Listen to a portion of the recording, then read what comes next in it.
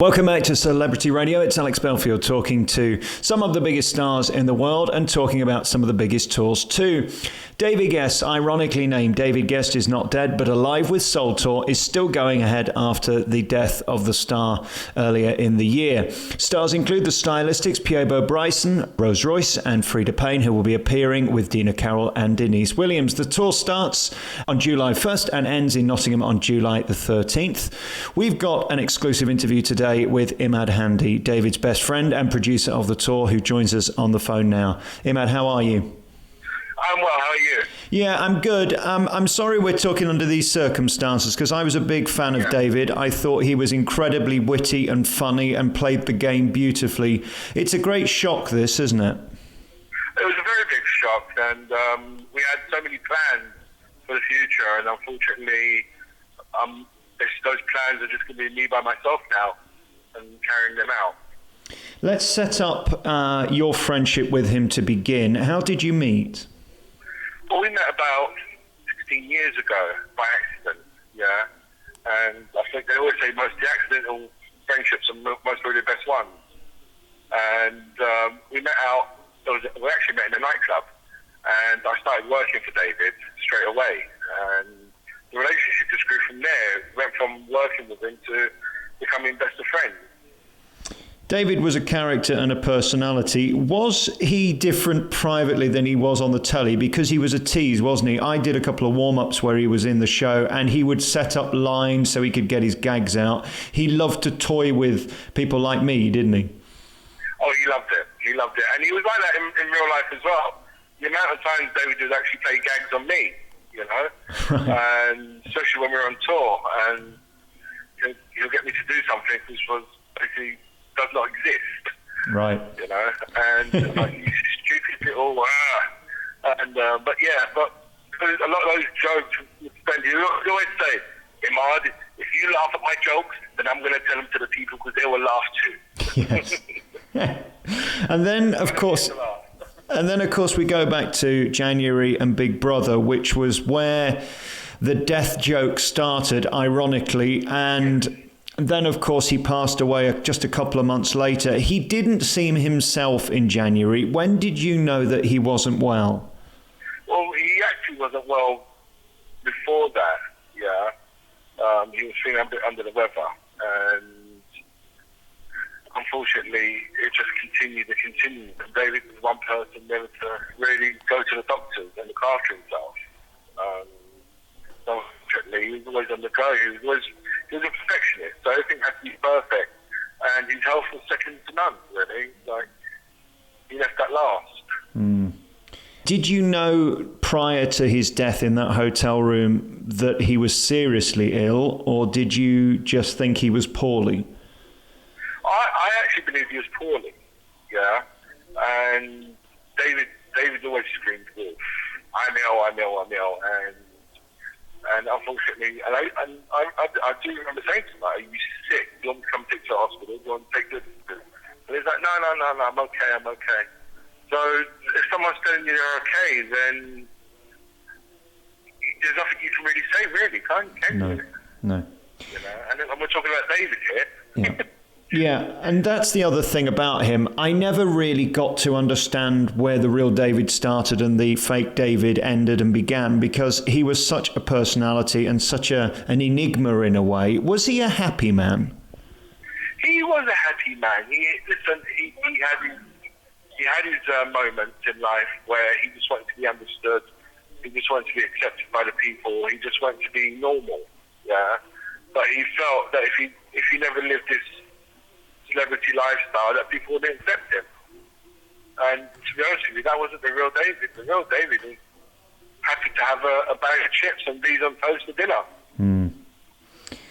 And of course there was all that speculation about his sexuality. Did that bother him? Because I know at the time when we talk about his ex-wife and stuff like that, it was relentless, the jokes in the newspaper. Did he ever get bothered by that? He did.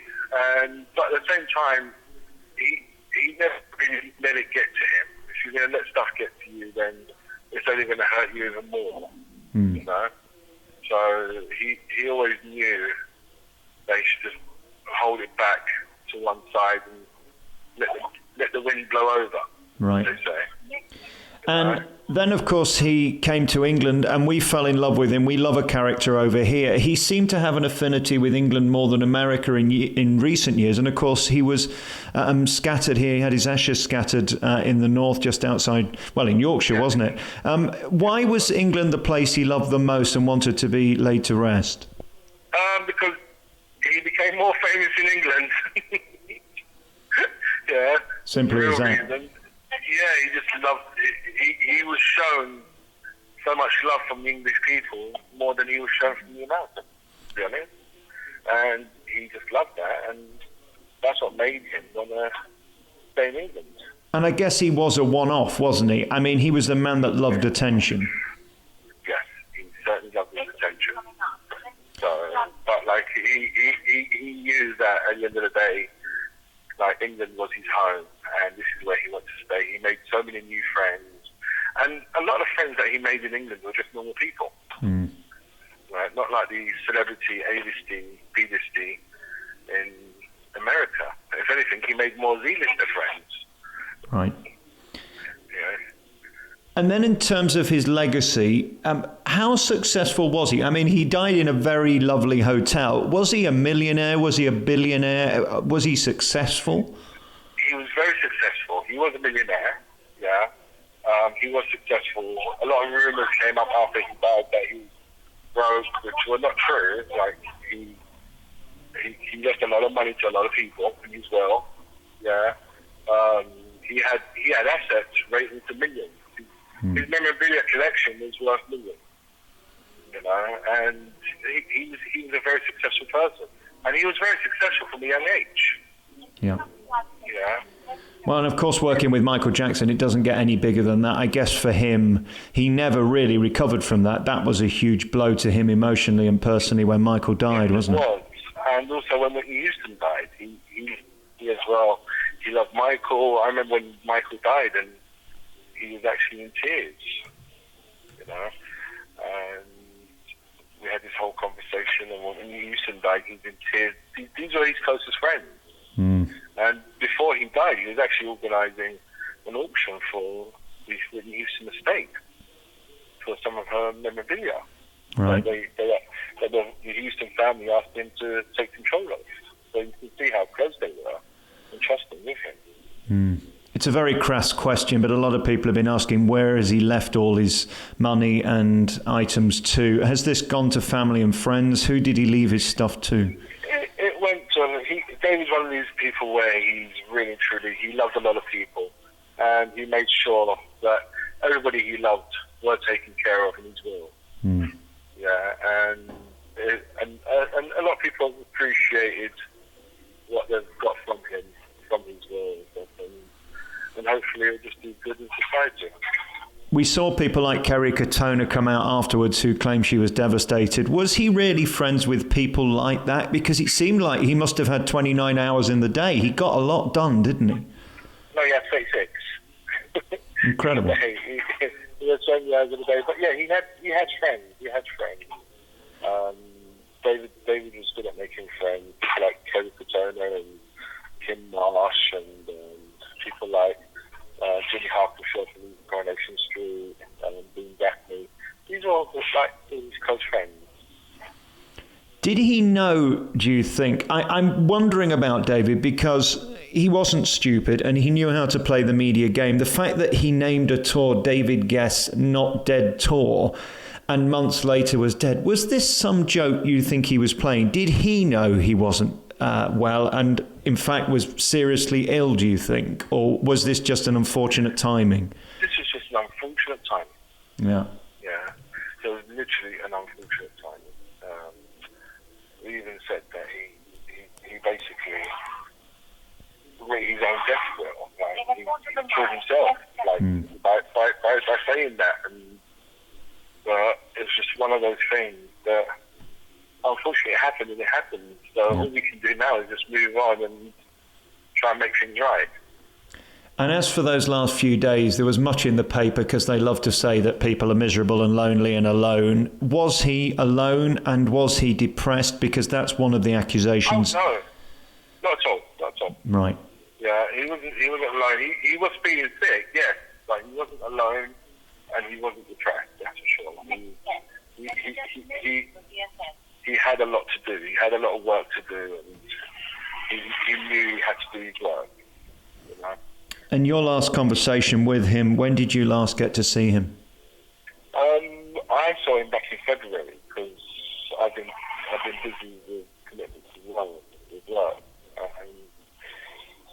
We speak on the phone every other day, and my last conversation with him was actually on the Thursday. Right. Actually, it was actually an argument over the phone. Yeah, because he didn't keep up to some of the commitments because he was sick, and that was it. That was my last conversation with him, unfortunately. Did you leave it as an argument, or were you able to make up by the end of the conversation? Our arguments are just normally, you haven't done this. Why did you do this? Yeah. Make sure you do this tomorrow, okay? And that's our argument. He does seem like he's a man with many thoughts. He was a man with many thoughts in his head and was a little disorganized. That's fair. That's a fair accusation, isn't he? He was a man who was busy. He was busy in life. Yeah, and he always knew how to keep himself busy. And the busier he was, the more happy he was. Yeah.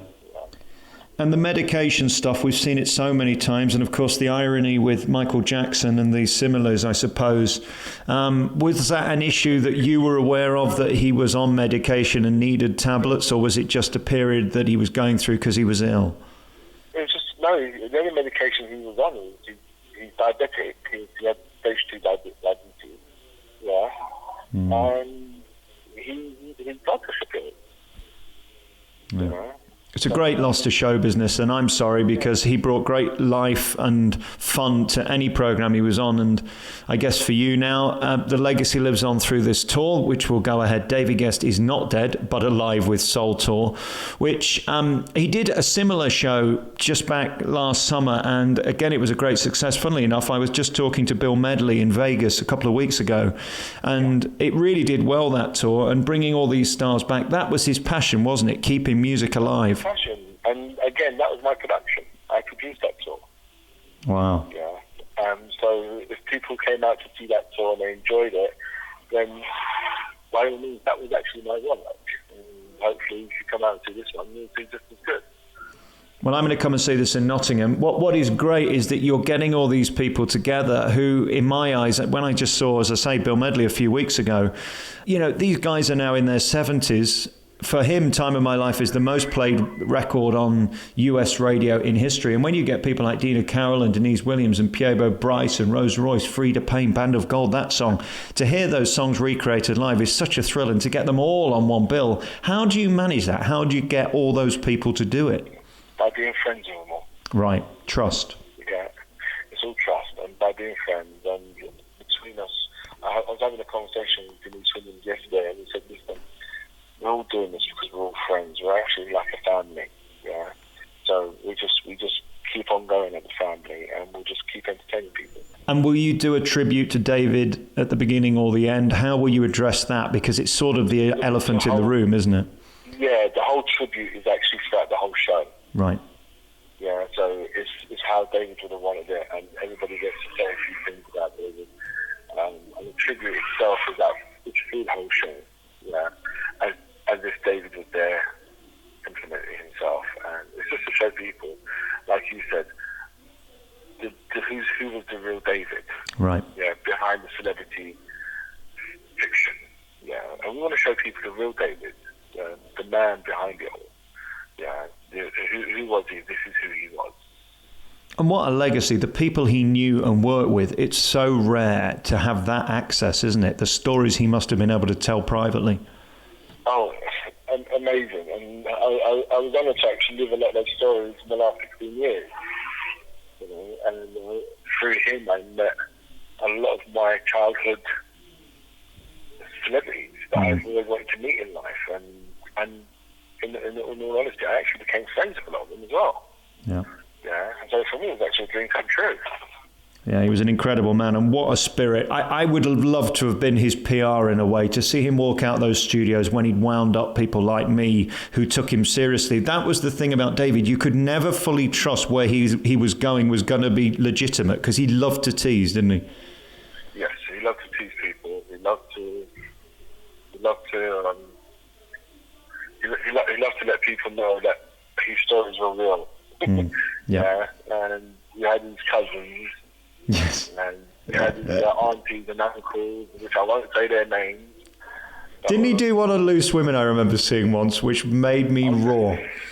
Yes. But one thing with David, he always wanted to get that last punchline when he knew it was live. Yes. Yeah? Yeah. And a lot of studios would refuse to have him on in case he said something. It's a thin line, isn't it, between being funny and dangerous? Yeah. I remember once they actually made him sign a disclaimer saying that you will not say anything online there. Cowards. Listen, I'm so thrilled to talk to you, and I can't wait to see this tour. I'll see you in Nottingham. Let's just give some dates. Yeah, look forward to it. July the 1st, it opens at York Barbican Centre, then to Newcastle, Hull, Leicester, Preston, Warrington, Liverpool, Stockport, ending in Nottingham. July 13th at Nottingham Albert Hall. And this really is a bill of stars. Frida Payne, Rose Royce, Piebo Bryson, one of my favourites, the Stylistics, Denise Williams, and of course Dina Carroll, all performing. David Gest is not dead but alive with Soul Tour. Will you continue to do these, bringing these legends together for us? Because we love them. We thank you for it. Definitely. Yeah, we're going to continue, and it's only going to get better. Imad Handi, thank you so much for your time. I'm sorry we're talking under these circumstances, and good luck with the tour. I'll see you very soon in Nottingham.